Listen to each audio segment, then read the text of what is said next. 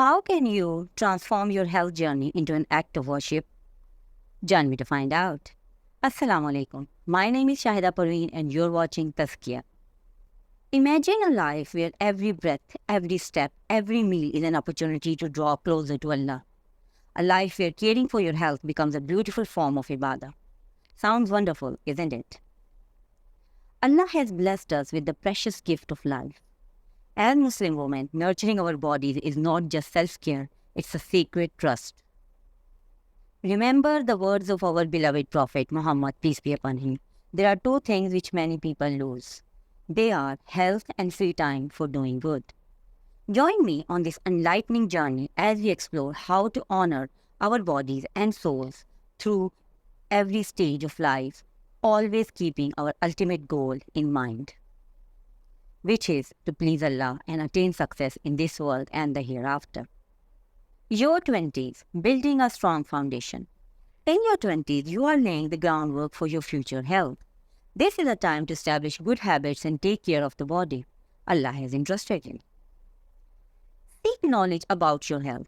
The Prophet Muhammad, peace be upon him, said, seeking knowledge is obligatory upon every Muslim.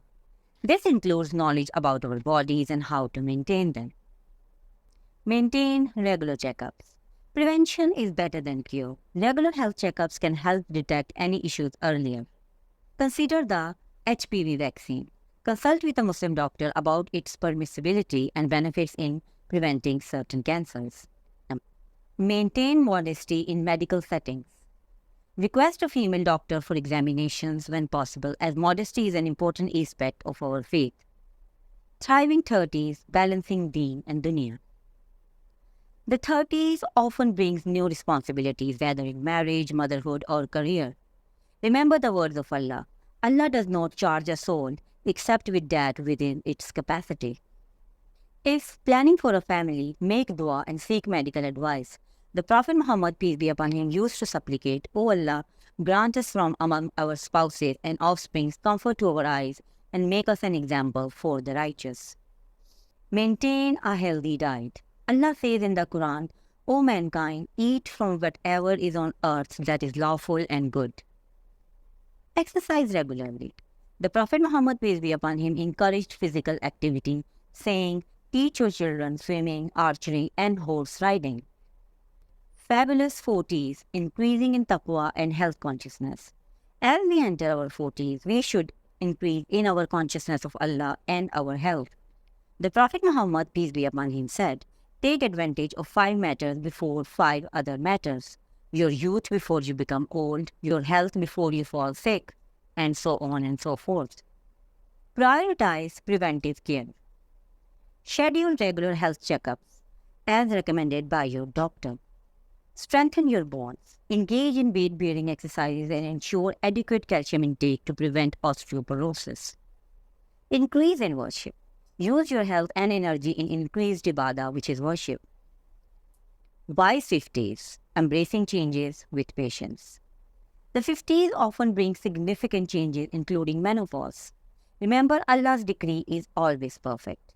And it may be that you dislike a thing which is good for you and that you like a thing which is bad for you. Allah knows, but you do not know. Manage menopause symptoms. Consult with a Muslim doctor about halal options for managing symptoms.